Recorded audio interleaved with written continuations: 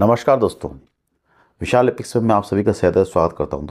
दोस्तों कई बार कमेंट में एक प्रश्न मेरे लगभग कोई ना कोई मेरे सब्सक्राइबर्स हैं या मेरे चाहने वाले हैं, वो हमेशा कमेंट एक प्रश्न करते हैं कि आपके पास इतने सारे धर्म ग्रंथ हैं, क्या आप उन धर्म ग्रंथों को पढ़ पाते हैं कि नहीं, क्या आपको समय कब मिलता है।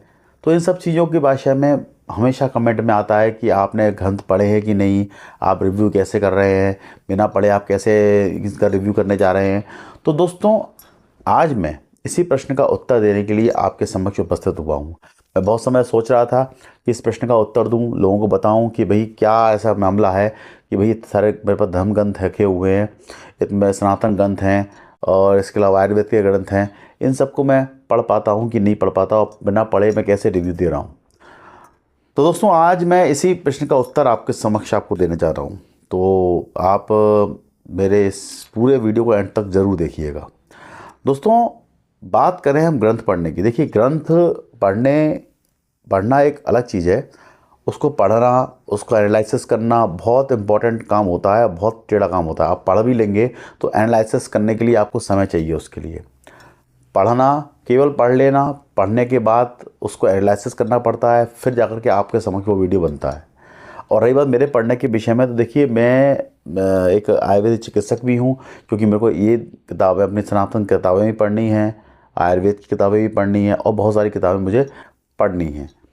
तो अब बात शुरू होती है कि अब मैं इन ग्रंथों को पढ़ पाता हूँ कि नहीं पढ़ पाता हूँ। देखो तो बचपन से मेरे पास ग्रंथ हैं, मतलब मैं जब मैं स्कूल के टाइम में था तभी मैं सबसे पहले मैंने वाल्मीकि रामायण ली थी, विष्णु पुराण लिया था, विष्णु पुराण पढ़ा, मैं गीता पढ़ी, पुराण पुरुष पढ़ी, गरुड़ पुराण पढ़ना शुरू की। धीरे धीरे मैं सारे ग्रंथ पढ़ता जा रहा हूँ, जिसके मैक्सिमम रिव्यू मैंने कर दी हैं।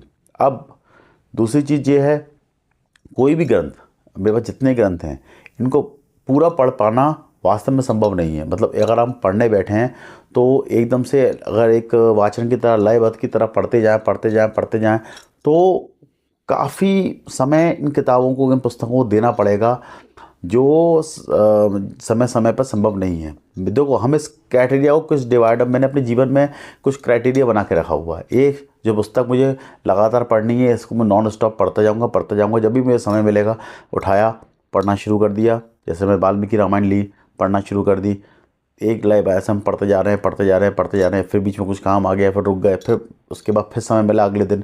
रात को मेरा एक नियम है कि ना, शाम को जब घर जाता हूँ तो ज़रूर पढ़ता हूँ। अभी मैं ऐसे योग वशिष्ठ मैं पढ़ रहा हूँ पूरी। और और अगर ये बात रिव्यू की, तो रिव्यू देखिए पूरी किताब पढ़ने के बाद तो और भी चीज़ें बहुत सारी निकल के आती हैं। मैक्सिमम किताबें, मैक्सिमम पॉइंट्स मैं कवर कर लेता हूँ, क्योंकि पुस्तकों में इंडेक्स रहता है। आज की डेट में पुस्तकें बहुत व्यवस्थित रूप से हैं यहाँ पर, तो मेरे पास इतना पर्याप्त इन्फॉर्मेशन रहती है, क्योंकि पर्याप्त इन्फॉर्मेशन मेरे पास रहती है पुस्तक की कि किस पुस्तक में क्या वर्णन है। और एक मैं इतने समय से पुस्तकों को पढ़ता आ रहा हूँ, देखता आ रहा हूँ, और इतना कि एक बार एक नज़र में मेरी पुस्तक समझ में आ जाती है इस पुस्तक में क्या वर्णन है। अगर पुस्तक को खोलूँगा तो इसकी 2 लाइनें पढ़ने के बाद मुझे समझ में आ जाता है इस पुस्तक में क्या वर्णन है। फिर पुस्तक को और एनालिसिस करते हैं, कुछ बेसिक पॉइंट हैं वो हम निकालते हैं, वो देखते हैं, उनमें से निकालते हैं तो कि क्या पॉइंट इसमें जो है काम का है, जो आपके समक्ष में रिव्यू करना हो, जो आपको अच्छा लगेगा, वो जो आपको समझ में आएगा पॉइंट, उस पॉइंट को हम निकाल के आपके समक्ष उपस्थित रखते हैं। और जैसे सपोज वराह पुराण, अब वराह पुराण के विषय में अगर बात की जाए, वराह पुराण में क्या वर्णन है। वराह पुराण में माँ पृथ्वी और वराह का जो संवाद है वो पूरा विशेष रूप से वर्णन है, ये हमें देखने को मिलता है।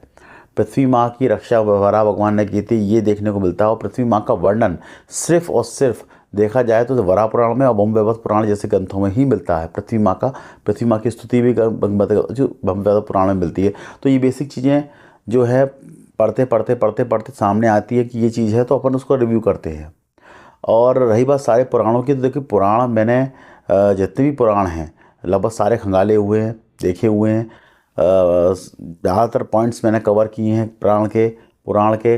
महाभारत मेरा एक ऐसा ग्रंथ है जो मैं लगातार पढ़ता रहता हूँ। गीता मेरा बेसिक ग्रंथ है जो मैं हमेशा पढ़ता आ रहा हूँ।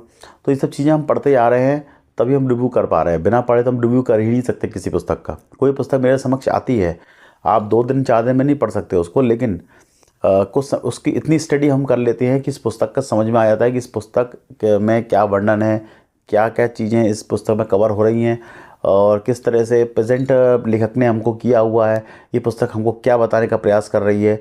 ये चीज़ों के विषय में हमको समझ में तुरंत आ जाता है, क्योंकि इतने समय से हम उस पर काम कर रहे हैं, हम उस पर शोध कर रहे हैं और शोध मेरा चलता रहता है। इसके अलावा भी बहुत सारी इन्फॉर्मेशन हम कलेक्ट करते हैं। कोई भी पुस्तक का रिव्यू करने से पहले उसकी पूरी इन्फॉर्मेशन हम कलेक्ट करते हैं, उसके बाद उस पुस्तक को पढ़ते हैं। पढ़ने के बाद बेसिक चीज़ें जो हैं उसकी वो पढ़ना शुरू करते हैं। और हालांकि देखिए पुस्तकों में तो अथाह ज्ञान भरा हुआ है, कोई भी ऐसा दावा नहीं कर सकता कि मैंने पूरी पुस्तक पढ़ ली और मैं ज्ञानी बन गया। मैं कोई ज्ञानी तो हूँ नहीं, मैं एक साधारण मनुष्य ही हूँ, आप जैसा आप लोग हैं वैसे मैं हूँ। बस मेरे थोड़ा सा कॉन्ट्रीब्यूशन मैं ये करना चाहता हूँ कि उन पुस्तकों को पढ़ना, हमारे धर्म ग्रंथ अगर हमारे पास होंगे तो लोग पढ़ेंगे भी और उसके बारे में जानेंगे भी। मेरे पास कई लोग आते हैं मेरे मिलने वाले कि हमको ये पुस्तक दे दो। आज मेरे पास इतने सारे धर्म ग्रंथ हैं तो ये लोग आते हैं कि मुझे हम वेद की हमें कॉपी, हम वेद पढ़ना चाहते हैं, हम वेद मैं उनको दे चुका हूँ। उपनिषद कोई लोग मांगने आते हैं तो मैं देता हूँ, पढ़ के वो किताब वापस कर देते हैं। पुराण मांगने आते हैं, मैंने अभी पद्म पुराण किसी को दिया हुआ है, पद्म पुराण की कॉस्ट 14,000 रुपये करीब 14 वो दिया, तो उन्होंने मुझे पद्म पुराण से कोई चीज़ें बताई। मेरे पास कल्कि पुराण और आपके मार्कंडे पुराण लेके गए लोग, उन्होंने मुझसे जब उन्होंने पूरा पढ़ा तो उनसे मुझे कुछ और नई चीज़ें मुझे उन्होंने बताया कि सर इस पुराण में ये चीज़ें वर्णन है। तो ये सब चीज़ें वर्णन हमको पुस्तकों में मिलता है, तो और लोगों से भी हमको इन्फॉर्मेशन मिलती है। तो ये चीज़ें हैं। सेम आयुर्वेद के साथ भी ऐसा ही है। तो आयुर्वेद के ग्रंथ भी अथाह ग्रंथ हैं आयुर्वेद में। आयुर्वेद के ग्रंथों को भी पढ़ना, पूरे ग्रंथों को पढ़ पाना असंभव है, लेकिन चूँकि एक बेसिक जानकारी हमको पता है तो हम लोग उसको ब्रीफली फटाफट पढ़ सकते हैं। इतना एक पढ़ते पढ़ते अनुभव हो जाता है कि हम कोई पुस्तक को बहुत जल्दी पढ़ सकते हैं।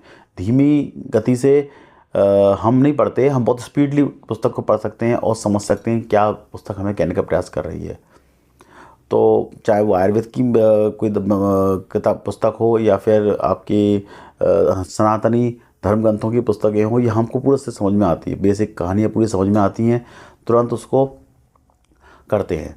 और पढ़ने का क्राइटेरिया मैंने बताया कि रोज़ मेरा एक नियम है कि मुझे जो भी मेरे पास ग्रंथ आता है मैं उसको पूरा ख़त्म करता हूँ। ख़त्म करने के लिए मैं उसके लिए नियम बना के रखा हुआ है कि मुझे इतना कम से कम 1 घंटा या आधा घंटा या पौन घंटा मेरे को उन पुस्तकों को समय देना है, तो मैं देता हूँ। धीरे धीरे प्रोग्रेस चल रही है, मैं पढ़ता जा रहा हूँ, आपके सामने रिव्यू करता जा रहा हूँ, बाकी बातें बताता जा रहा हूँ। लगभग मैंने सारे पुराण आपके सामने कवर किए हैं, सारे उपपुराण कवर किए हैं, और भी पुस्तकें मैं ले रहा हूँ, वो भी आपके सामने मैं धीरे धीरे आपके समक्ष ले करके सभी पुस्तकों को रिव्यू करूँगा। तंत्रों की किताबों का भी मैं धीरे धीरे अध्ययन करना शुरू कर दिया है, तंत्रों की किताबों का रिव्यू करूँगा। हाँ, ज्योतिष मेरा थोड़ा कमज़ोर है अभी इस समय, ज्योतिष की किताबों का रिव्यू करने के लिए थोड़ा ज्योतिष के बारे में पता होना चाहिए, हो सकता है उसमें थोड़ी दिक्कत आए, तो उनके बारे में ज़रूर मैं थोड़ा सा डाउटफुल हूँ। बाकी चीज़ों के बारे में जितनी चीज़ मुझे पता है उसकी इन्फॉर्मेशन मैं आप तक पहुँचाता रहता हूँ। तो आशा है कि दोस्तों आपको समझ में आ गया होगा कि धर्म ग्रंथों का मेरा डिविडेशन क्या है। मैंने कहा, फिर से मैं कह रहा हूँ कि भाई एक मैं ग्रंथ पकड़ता हूँ, एक किताब जब तक पुस्तक ख़त्म नहीं कर लेता तो दूसरी पुस्तक में उठाता नहीं हूँ। लेकिन जब मुझे बेसिक चीज़ें पता करनी तो एक समय में एक ऐसा भी निकालता हूँ, एक दो घंटे का समय अपने समय में से, अपने बिजी शेड्यूल में से, कि उनके कोई भी पुस्तक हो, सपोज भागवत पुराण है, वाल्मीकि रामायण है, पद्म पुराण है, इनको खोल के एक बार हम उसको देख लें, उसको समझ लें कि उसमें और क्या क्या वर्णन है, उनके इंडेक्स को समझ लें। उस इंडेक्स में पर्टिकुलर कथा है जो ऐसा लग रहा है कि ये कुछ नई कथा है, इस कथा को पढ़ ले तो उसमें जो ज्ञान मिलता है वो आप तक मैं पहुँचाने की कोशिश करता हूँ। तंत्र की कोई किताब है या मंत्र की कोई किताब है, पुस्तक है, या वेद है, उपनिषद हैं, उन उपनिषदों भी बहुत सारा ज्ञान भरा पड़ा हुआ है, उनमें से कुछ ना कुछ पॉइंट्स निकालते हैं। अभी दर्शनों पे भी काम चल रहा है, दर्शन भी आपके सामने मैं रखूँगा, हर एक दर्शन के बारे में बताऊँगा। तो ये सब चीज़ें भी चल रही हैं। हम धीरे धीरे पुस्तकों के बारे में आपको नॉलेज देंगे, और पुस्तकों की नॉलेज, पुस्तक कहाँ से प्राप्त होती है, इसके विषय में भी हम आपको नॉलेज अपने वीडियो के माध्यम से दे रहे हैं। तो डाउट आपका क्लियर हो गया होगा कि आपने पुस्तक पढ़ी है कि नहीं पढ़ी है। देखिए, पढ़ी है और पढ़ता जा रहा हूँ। मैं पूरी पुस्तक ख़त्म नहीं की है, ये चलती रहेंगी, ये लगातार चलती रहेंगी, आजीवन चलती रहेंगी मेरे संग। कोई पुस्तकें कभी ख़त्म नहीं होती, हमेशा उसका पुस्तकें आपके जीवन में चलती रहती हैं। आप पढ़ते रहिए, पढ़ते, जैसे मूवी ख़त्म नहीं होती, जितनी मूवियाँ बनती रहती हैं, चलती रहती हैं, ऐसी पुस्तकें हमारे लिए ख़त्म नहीं होती, पुस्तकें भी चलती रहती हैं। तो हम अपने सनातनी पुस्तकों को पढ़ें, और मैं आशा करता हूँ कि आप लोग भले ही मेरिट से प्रेरणा लेके पढ़ें, लेकिन एक बार अपने सनातन धर्म ग्रंथों को खोलें, पढ़ें, समझें, तभी आप सच्चाई तक पहुँचेंगे और हमारे सनातन को समझेंगे कि हमारा सनातन किस उन्नत तक हमारा सनातन जाता है, हमारा धर्म का जाता है। तो आशा है दोस्तों वीडियो अच्छा लगा होगा, और आपको इस वीडियो देखने के लिए बहुत बहुत धन्यवाद। मिलता हूँ अगले वीडियो में। धन्यवाद।